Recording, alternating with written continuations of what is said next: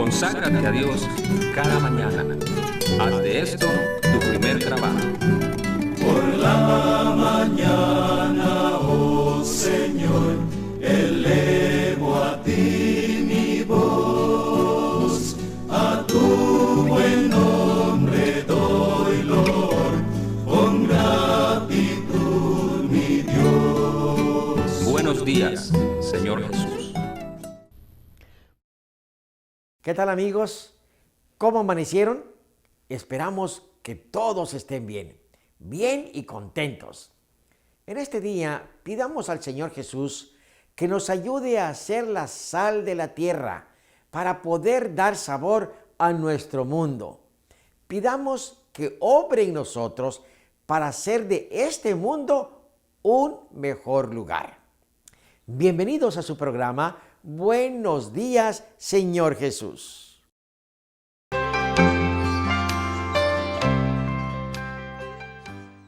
Es un placer estar nuevamente con ustedes y poder disfrutar del estudio de la Biblia.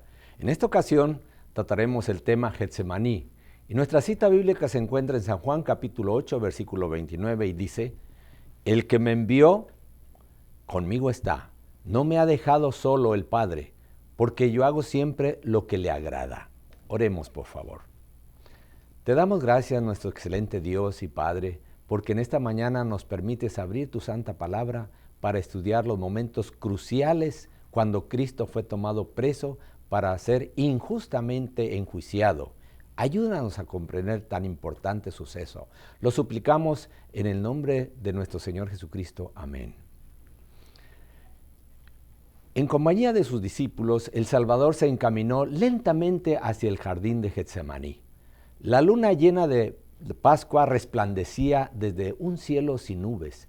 La ciudad llena de tiendas debido a los peregrinos estaba sumida en el silencio.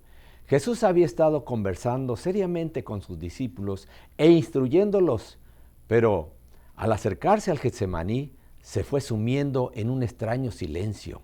Con frecuencia había visitado este lugar para meditar y orar, pero nunca con un corazón tan lleno de tristeza como esta noche de su última agonía. A lo largo de toda su vida en la tierra había caminado a la luz de la presencia de Dios, pero ahora le parecía estar excluido de la luz sostenedora de la presencia de Dios. Ahora se contaba con los transgresores, debía de llevar la culpabilidad de la humanidad caída. Sobre el que no conoció pecado debía ponerse la iniquidad de todos nosotros. Tan espantoso le parece el pecado, tan grande el peso de la culpabilidad que debe de llevar, que está tentado a temer que quedaría privado para siempre del amor de su Padre. Sintiendo cuán terrible es la ira de Dios contra la transgresión, exclama: mi alma está muy triste hasta la muerte. Su cuerpo se tambaleaba como si estuviese por caer. Los discípulos buscaron ansiosamente el lugar donde solía retraerse para que su maestro pudiese descansar. Cada paso que daba le costaba un penoso esfuerzo. Dejaba oír gemidos como si estuviese sufriendo bajo la presión de una terrible carga. 2 veces lo sostuvieron sus compañeros o habría caído al suelo. Cerca de la entrada al jardín, Jesús dejó a todos sus discípulos, menos a 3, rogándoles que orasen por sí mismos y por él. Acompañado de Pedro, Santiago y Juan, él entró a sus lugares más retirados. Esos 3 discípulos eran los compañeros más íntimos de Cristo. Habían contemplado su gloria en el monte de la transfiguración. Habían visto a Elías y Moisés conversar con él.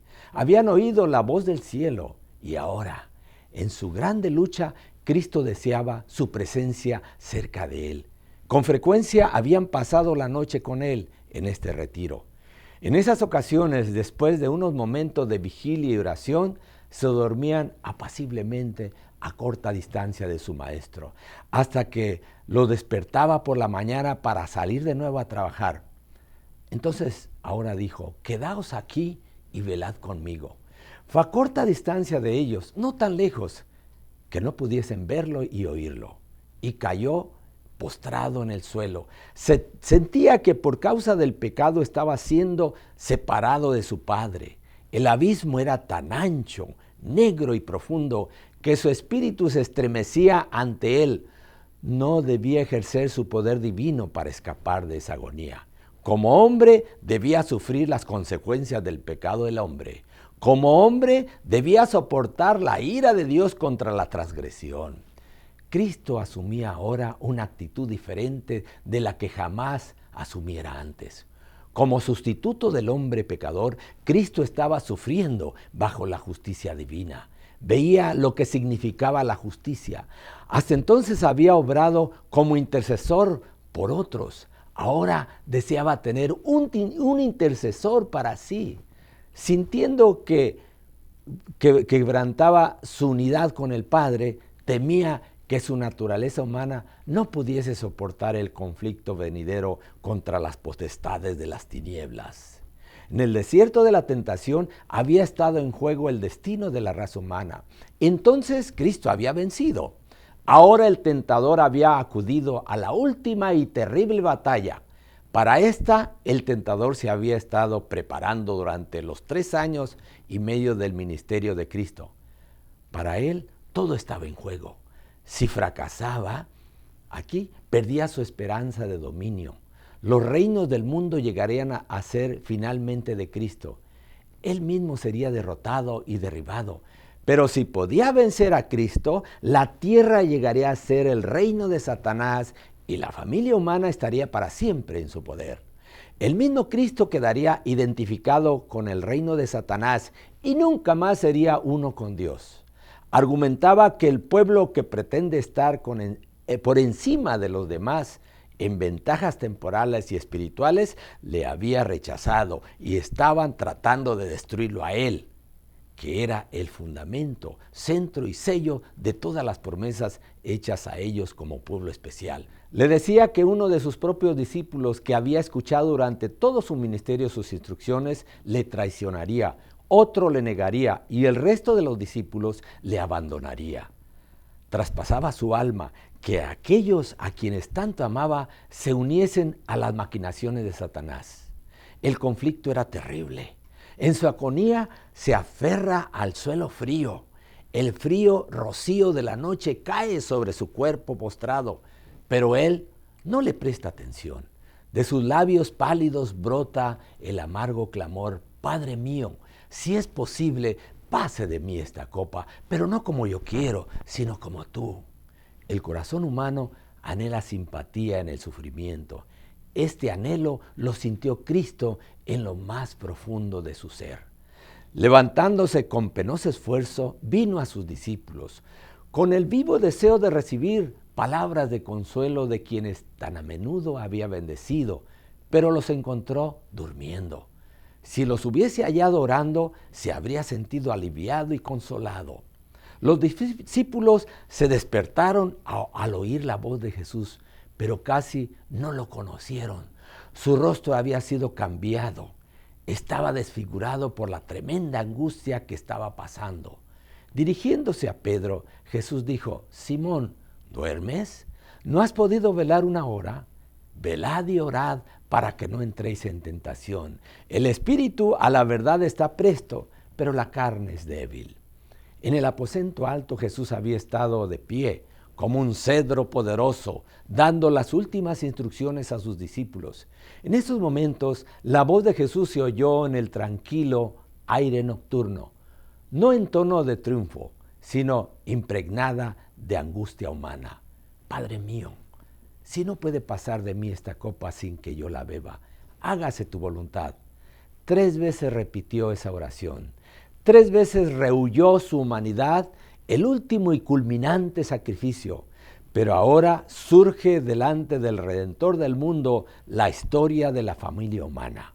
Ve que los transgresores de la ley, abandonados a su misión, deben perecer. Ve la impotencia del hombre, ve el poder del pecado. Los ayes y lamentos de un mundo condenado surgen ante él.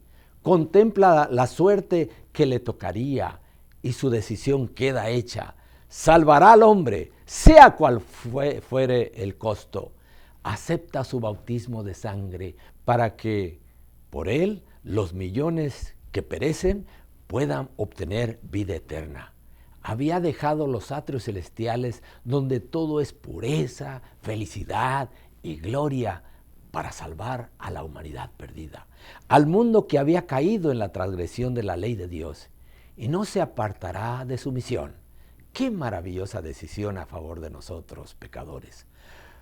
Por ese motivo, cada uno de nosotros, seres mortales, debemos de estar constantemente agradecidos con el Rey de Reyes y el Señor de Señores por la gran bendición de que por medio de su gran sacrificio obtengamos nuevamente vida eterna, pero no temporal, sino una vida eterna muy pronto. Oremos. Señor Jesús, no tenemos con qué pagarte por el gran sacrificio que hiciste en favor de nosotros. Acepta humildemente nuestra vida como una ofrenda que podamos meditar cada día en esos momentos tan cruciales que tuviste que pasar para rescatarnos. Que seamos agradecidos y fieles guardadores de tu ley para no pecar más. Te lo suplicamos en tu nombre. Amén.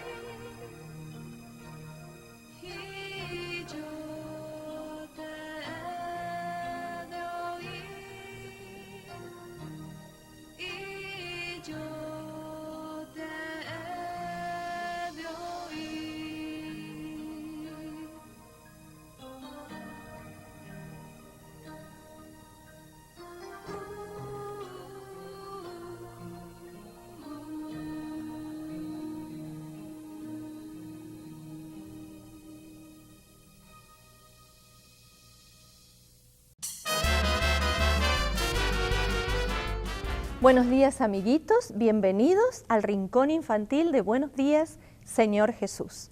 Estamos muy contentos en esta mañana, espero que ustedes también. Hoy les voy a contar una historia muy interesante. Miren lo que les traje hoy. ¡Oh! ¿Qué parece que es esto? ¡Un regalo! ¿A quién no le gusta recibir regalos? A mí me encanta recibir regalos. Y yo me imagino que a ustedes también. Esto tiene toda la pinta de ser un hermoso regalo. A todos nos gusta recibir regalos. Oh, bueno, ¿cuáles pueden ser los regalos hermosos que a ustedes les gustan recibir? Bueno, podemos pensar que a las niñas les gustaría... ¿Cuál sería el mejor regalo que podría recibir una niña? Una hermosa muñeca. Los varones podrían decirme, bueno, el mejor regalo que a mí me gustaría recibir sería un carrito a control remoto, o una pelota para jugar al soccer, al fútbol, o una bicicleta, podrían decir las niñas. Hay muchos regalos diferentes y a cada uno nos encantaría recibir un regalo diferente. Pero si yo les diera hoy esta caja y les dijera, bueno, me tienen que dar, digamos que $1 por esta caja, entonces ya no sería un regalo, ¿verdad? Porque si ustedes me van a dar un dinero por esta caja, eso sería como cuando compramos algo. Un regalo es algo que alguien nos da y nosotros no pagamos por eso. Es algo que sencillamente lo tomamos y lo aceptamos. ¿Saben? Hoy les voy a hablar acerca del regalo más grande que podemos recibir. ¿Saben ustedes cuál es el regalo más grande que podemos recibir? El regalo de la vida eterna. La Biblia dice, porque tanto amó Dios al mundo que dio a su único Hijo, para que todo el que en Él cree no se pierda, sino que tenga vida eterna. La vida eterna es el regalo más grande que podemos recibir en esta tierra. ¿Saben lo que eso significa? No pagamos por esto, así como no pagamos por el regalo, no pagamos por un regalo, no pagamos por la vida eterna. Nada que nosotros podamos hacer puede comprar la vida eterna. Dios nos la regala a través de la vida de su Hijo. Y eso es el regalo más grande y más hermoso. ¿Y por qué Dios nos regala la vida eterna? Dice el versículo que acabamos de mencionar. La Biblia dice que Dios amó tanto al mundo. ¿Saben? ¿Podemos nosotros medir el gran amor de Dios? Cuando ustedes van a hacer en su casa, hay muchas cosas para medir diferentes cosas. Yo uso esta taza de medir para medir harina, azúcar, cuando voy a preparar cookies o galletas o un cake. Usamos esta taza de medir. ¿Será que podemos usar esta taza de medir para medir el gran amor de Dios? No, porque la Biblia dice, Jehová es mi pastor, mi copa está rebosando. Esto quiere decir que el amor de Dios rebosa cualquier taza de medir. No cabría dentro de esto. No podemos medir con una taza de medir el amor de Dios. ¿Saben? También hay otro elemento para medir que usan las personas. ¿Qué es esto? Esto es una cinta métrica. Seguro que papá en casa tiene alguna cinta como esta. ¿Será que podemos medir el amor de Dios con esta cinta? ¿Para qué usamos esta cinta? Los carpinteros la usan para medir el alto, el ancho y lo profundo de algo, lo largo de algo. ¿Será que podremos usar esta cinta de medir para medir el amor de Dios? Claro que no, porque la Biblia dice que es más alto que los cielos. No podemos usar una cinta de medir para medir el amor de Dios. ¿Saben? Hay otra cosa que usamos para medir el tiempo. ¿Qué usamos para medir el tiempo? El reloj. ¿Será que podremos medir el amor de Dios con el tiempo que nos marca el reloj? No. La Biblia dice que el amor de Dios es desde la eternidad hasta la eternidad. No tiene principio ni fin. No podemos medirlo tampoco con el reloj. Eso es lo gran, hermoso y maravilloso del amor de Dios. Nos ama tanto, tanto, tanto, que no podemos usar nada para medir el amor de Dios. Y tanto nos ama que nos ha dado un regalo mucho más importante que este, un regalo mucho más grande que este. Nos ha dado el regalo del Hijo, el único Hijo, Cristo Jesús, que vino a esta tierra y Dios nos amó tanto que estuvo dispuesto a dar la vida de su Hijo porque nos quiere salvar, porque nos quiere regalar la vida eterna. Recuerden, niños, podemos recibir muchos regalos en esta tierra. Podemos desear siempre tener cosas nuevas y diferentes, pero el mayor regalo que podemos recibir es la vida eterna, porque de tal manera amó Dios al mundo que dio a su único Hijo para que todo aquel que en Él cree no se pierda, sino que tenga vida eterna. Ese regalo es para ti y es para mí. Lo único que podemos hacer es aceptarlo y creer en eso. Que tengan un hermoso día, que Dios los acompañe y que siempre recuerden que Jesús ha venido a esta tierra como el mayor regalo que podemos recibir para darnos la vida eterna. Hasta la próxima, amiguitos.